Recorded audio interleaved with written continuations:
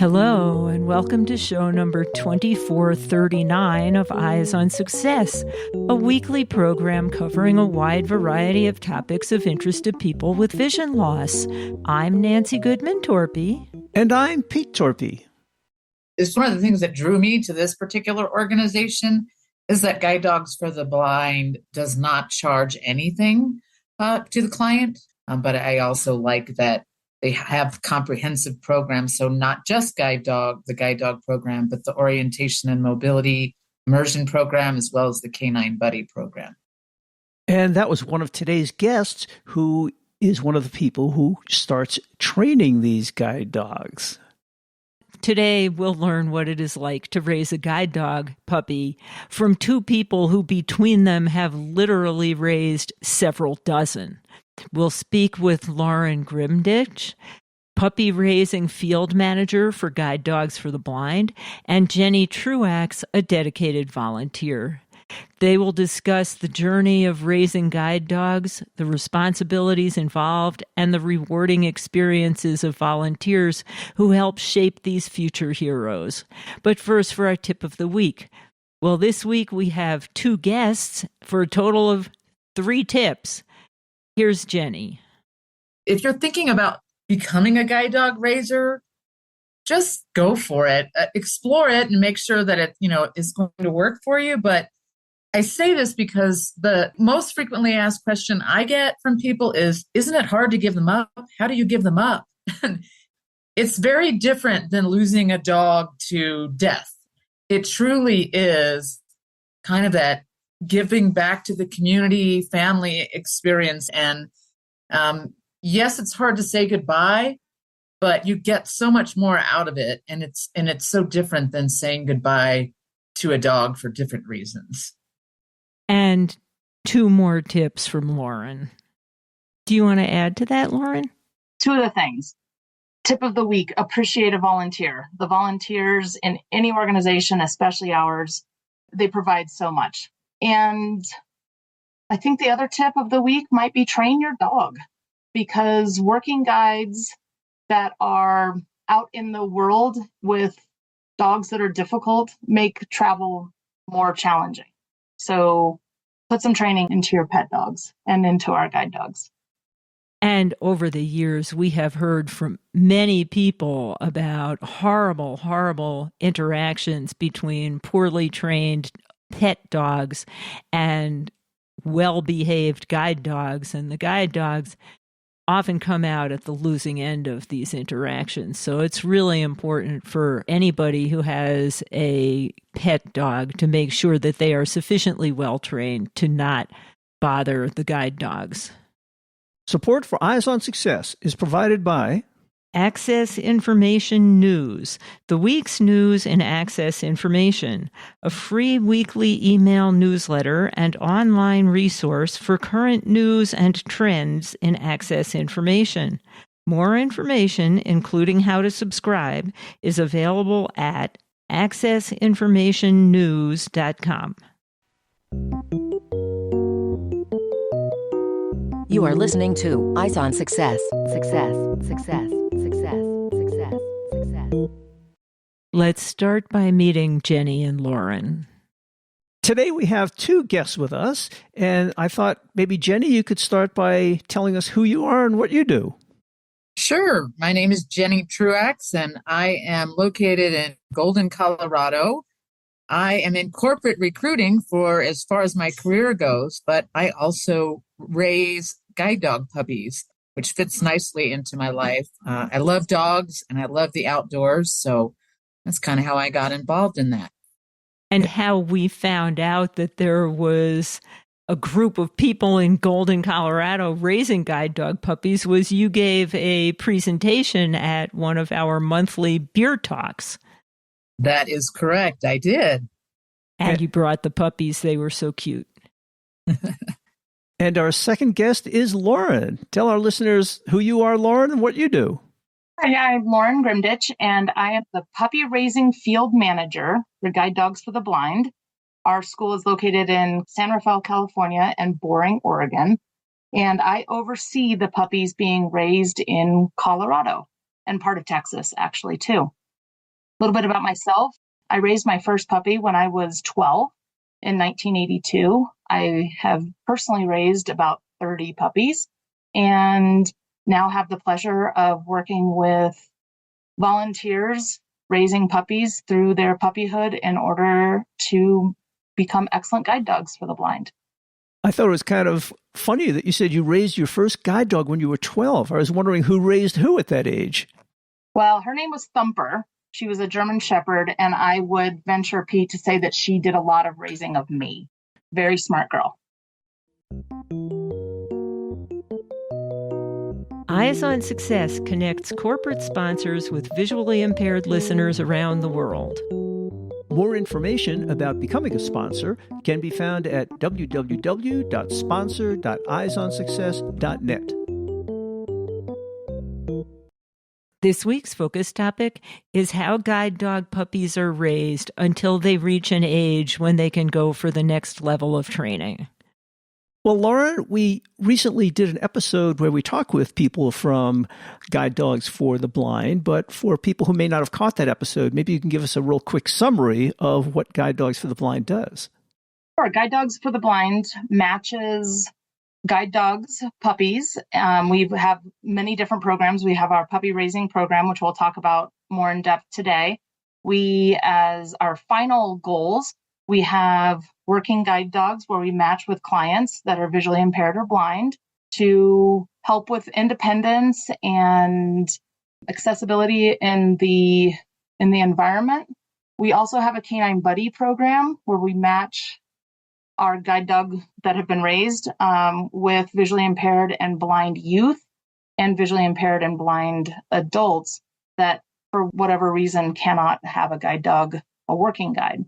And we also have our breeding program, and we have been breeding our own dogs. We breed Labradors, Goldens, and a Golden Labrador cross.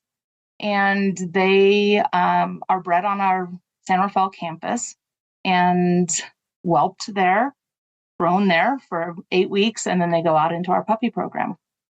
And Jenny, maybe you can tell us how you got involved with Guide Dogs for the Blind and what led you to become a puppy raiser. Yeah, it was sort of a serendipitous thing. I was at a restaurant with a friend, and I noticed a person that was visually impaired with their guide dog.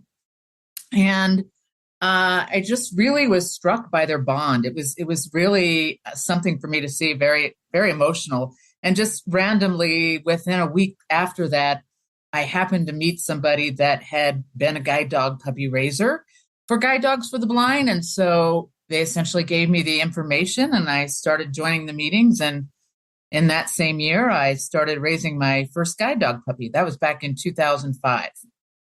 What kind of training did you have to get in order to be a guide dog puppy raiser to train the puppy? Yeah, it's changed over the years. And I'll just say I'm not truly a trainer, but I'm truly a raiser. We do go to some training meetings and things like that.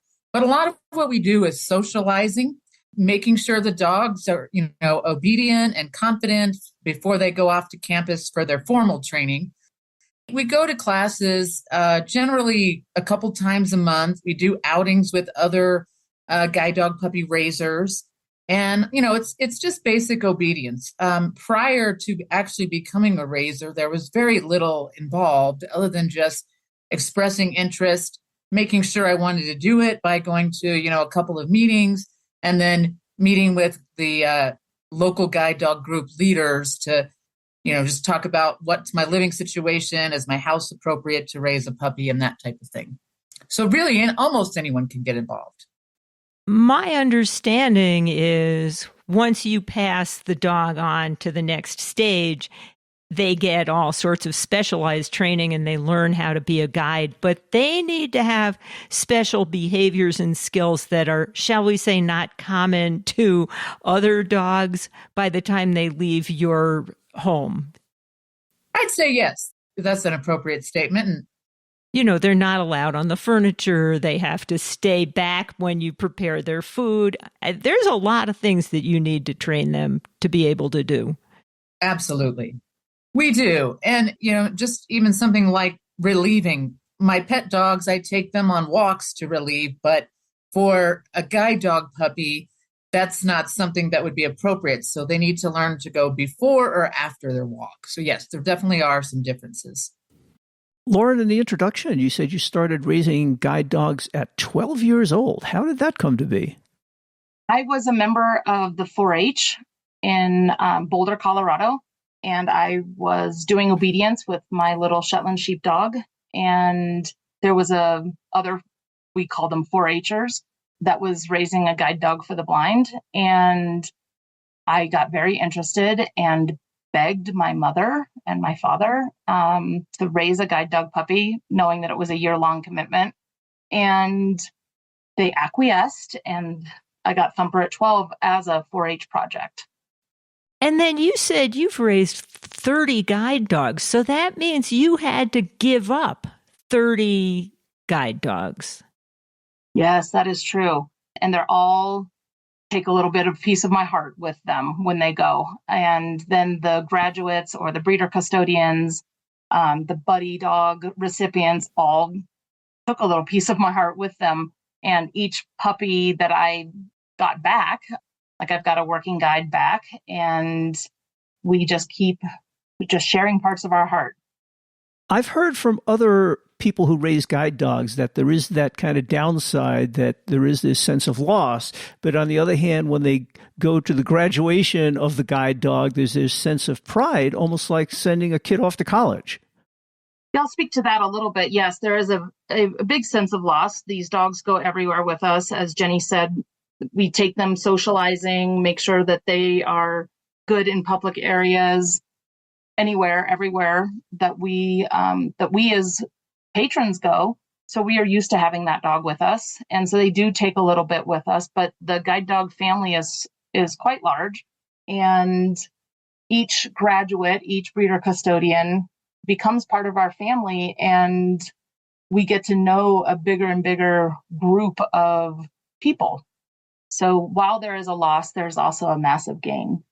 I would second that too. I'm on my 5th dog, so not nearly as many as Lauren at this point, but every dog, I've had 3 dogs graduate, and I've stayed in touch with all of their partners and even with the dogs. And you've been able to visit with the dogs on FaceTime and things like that. So it does definitely feel like a family, and it makes that experience full circle to be able to continue, that contact and see the impact that the dog is having on the person. That's got to be very rewarding. You both talked about the family feeling, mostly pertaining to the guide dogs and the other people raising guide dogs. But I'm guessing if you bring a new dog into the house like that, there is an impact on your local family, kids, spouses, etc. Can you talk a little bit about that? I live alone. And so I do have a partner that is with me just mostly on weekends, but frankly, it's a great companion for me during the work week because I work remotely. However, my last 2 pups I've co-raised with somebody. And so that's given the dog the opportunity to have a couple of different environments. So my co-raiser is actually married with 2 young girls. And so she's been able to incorporate that into her whole family's life, and her kids are very involved in it as well. And she's also teaches at a local university. So the dog gets different types of exposure through that too. And how about you, Lauren? When you were young, what kind of impact did the dog have on your family? I mean, they all had to be a little bit careful about how to treat the dog, what the dog could do, and they almost needed the training that you had. Yeah, it's certainly a family affair, and everyone has to be in for the final goal behaviors. The final goal is at the end of the year. And I don't know how it impacted my family. I think I was a 12-year-old insular kid. So it was great for me. I know that now my mom keeps raising, and she is the club leader in Boulder, Colorado. So she clearly also loved it.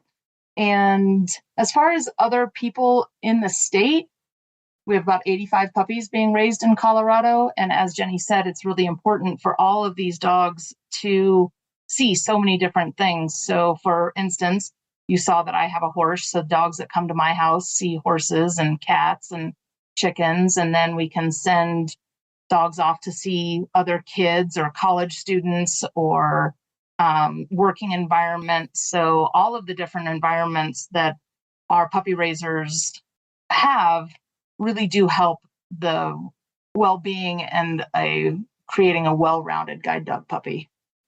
So, Jenny, you mentioned almost in passing that 3 of your 5 guide dog puppies have graduated to become working guides, but that implies that the others did not. So what happens with the puppies that don't go all the way to graduation to becoming guides? Yeah, one of those 2 is actually still being raised. So he still has potential to become a guide dog or a canine companion or a canine buddy. There are a couple of different things that can happen if there's a guide dog in training that for whatever reason doesn't make it in the program, then they may go into the canine buddy program.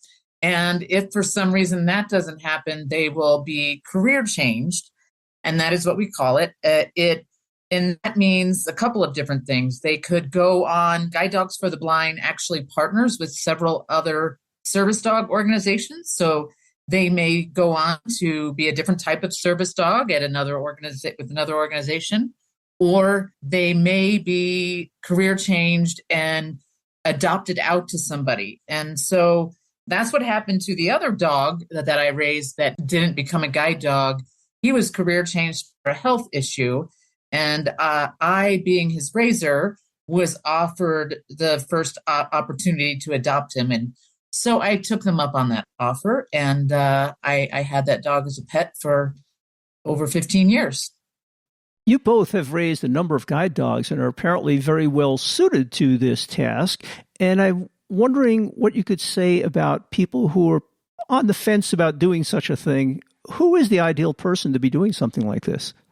I think the ideal person to raise a guide dog puppy is a person that likes dogs, of course, and a person that enjoys learning, enjoys being social, because I will tell you, everywhere you go with a puppy in tow, you will talk to 2 times as many people as you did. And other than that, just someone who is willing to meet the benchmarks that we set forth for those puppies during that year and wants to be part of a great community. And when I say that, it's about coming to club meetings, and we do club outings and some statewide outings. And a lot of that is training and also often just playing with the baby puppies. I would say anyone and everyone can raise a puppy. You can live in an apartment, you can live on property, you can live downtown Denver, you can live rural Boulder. In puppy raising, we serve all up and down the I-25 corridor from Fort Collins all the way down to Colorado Springs. Jenny, you talked about co-raising a guide dog. Can you give us a quick summary of what that involves? I almost like to look at it as joint custody of the guide dog for being raised for a period of time. So many people do this, and it's really just depends on the arrangement that they work out together. So I know puppy raisers that trade the pup back and forth every week.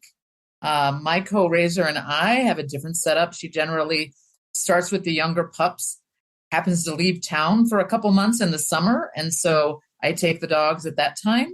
And so it's really flexible, depending on what is going to work best for the pup as well as the raisers. But it's an opportunity to get involved in raising without necessarily having to do it full time every single day for a full year, or, it's actually typically maybe 13 to 15 months that we're raising pups after we have them. So it's just a way to share that responsibility and commitment.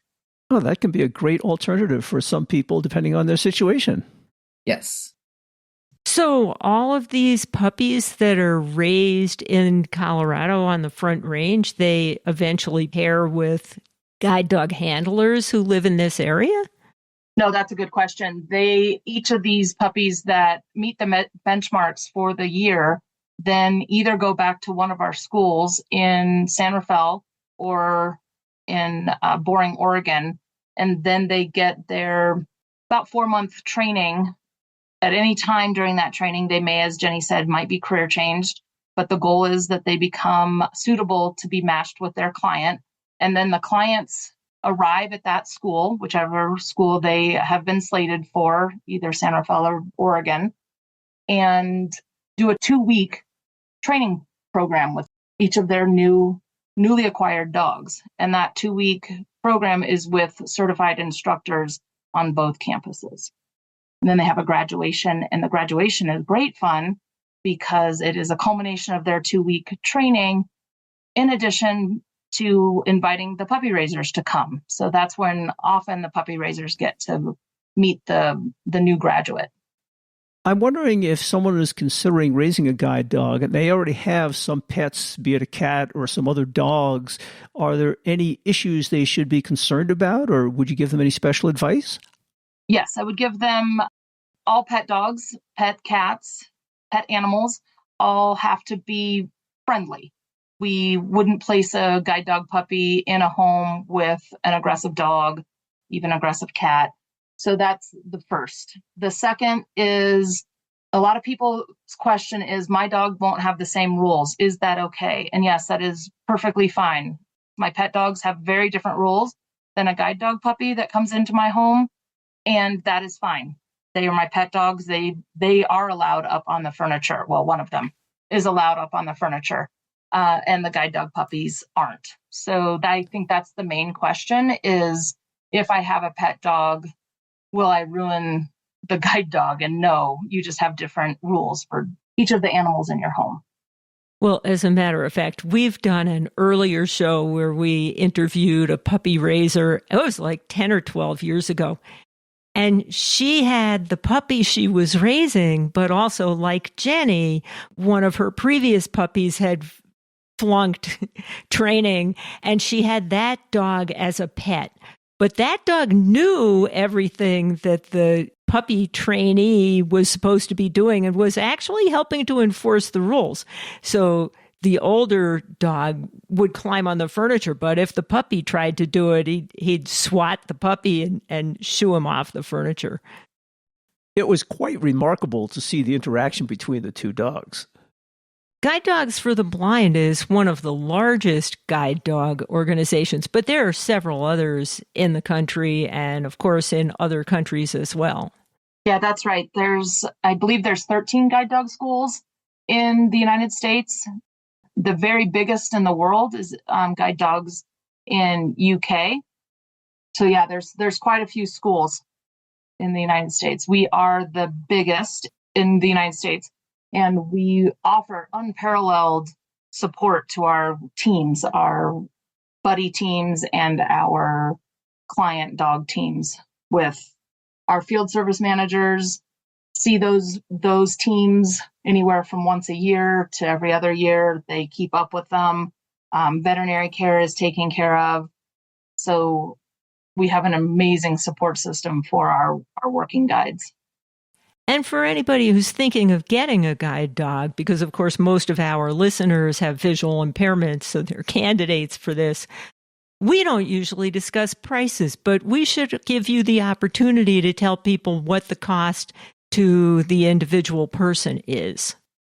It's one of the things that drew me to this particular organization is that Guide Dogs for the Blind does not charge anything to the client. And so all of those services that Lauren just mentioned are free of charge to the client and provided. So, but I also like that they have comprehensive programs. So not just the Guide Dog program, but the orientation and mobility immersion program, as well as the Canine Buddy program. Well, Lauren and Jenny, you guys obviously enjoy doing what you've been doing over the years, and it is obviously very rewarding. And we and the people who have gotten your guide dogs very much appreciate what you do. Well, thank you so much. It's my pleasure. I really enjoy it. And Lauren is a fantastic leader and role model for all of us. We all learned so much from her. So happy to be here. Thank you. It is my pleasure as well. And I am so blessed with working with such amazing volunteers and dogs and fellow staff members at Guide Dogs for the Blind. It really is, I know it's a little cliche to say family, but there is a big sense of everyone's doing this raising and these hard things for such a good purpose. You are listening to Eyes on Success. Success, success, success, success, success. Now for this week's final item, how to learn more about raising guide dog puppies, about the Guide Dogs for the Blind organization, and how to contact them. Well, Lauren, if people are interested in acquiring their own guide dog or becoming a guide dog trainer, where would they go? Well, they would go to www.guidedogs.com, and that is a multifaceted website. You can find anywhere from the buddy program to the, as Jenny mentioned, the O&M immersion program, the working guide program, the other volunteer opportunities that we have, including puppy raising. So it is quite a comprehensive and fun website to check out. Lots of great videos. Is there a phone number or an email address where people can contact Guide Dogs for the Blind? Sure. The phone number is 1-800-295-4050. And I think the best place to get email addresses, because each department has their own emails, is to go to www.guidedogs.com.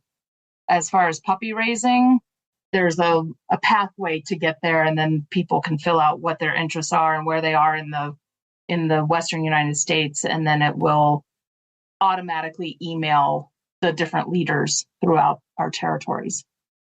And do you have a social media presence? We do. We have quite a large social media presence. We have several pages on Facebook. We are on LinkedIn, Flickr, where you'll see our broods and our stud dogs, Instagram, and YouTube. And if you go to the show notes for this episode, which is episode 2439, you'll find all of that information at www.eyesonsuccess.net. We'll also have links to previous episodes in which we talked with people who raise guide dogs. They're pretty fun.